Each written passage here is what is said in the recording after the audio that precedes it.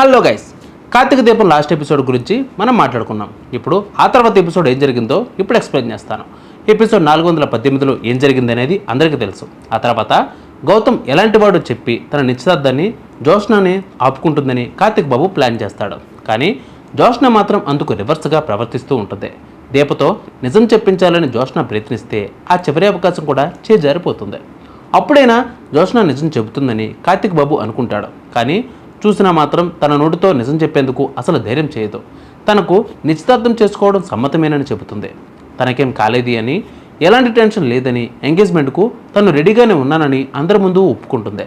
నాతో కార్తీక్ బాబు, దీప షాక్ అవుతారు. గౌతమ్తో engagement rings మార్పించే సమయం దగ్గర పడుతూ ఉండడంతో దీప కంగారు పడుతుంది. ఎలాగైనా నిజం చెప్పి జోష్న జీవితాన్ని కాపాడాలి అని అనుకుంటుంది దీప. కానీ దీప నిజం చెప్పాలని ఎంతగానో ప్రయత్నిస్తూ ఉంటుంది. కానీ కార్తీక్ బాబు మాత్రం అడ్డుపడతాడు. ఇప్పుడు మనం నిజం చెప్పినా ఎవరు నమ్మరని అంటాడు. అదే సమయంలో శివనారాయణకు ఫోన్ రావడంతో బయటకు వెళ్తాడు.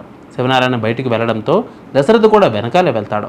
నేను వచ్చేలోపు ఎంగేజ్మెంట్ రింగ్స్ మార్పించండి అని, లేదంటే ముహూర్తం దాటిపోతుందని దశరథ అయ్యగారికి చెప్పి వెళ్ళిపోతాడు. ఇక పూజారి అయితే ఎంగేజ్మెంట్ రింగ్స్ని మార్పించేందుకు ఏర్పాట్లు చేస్తాడు.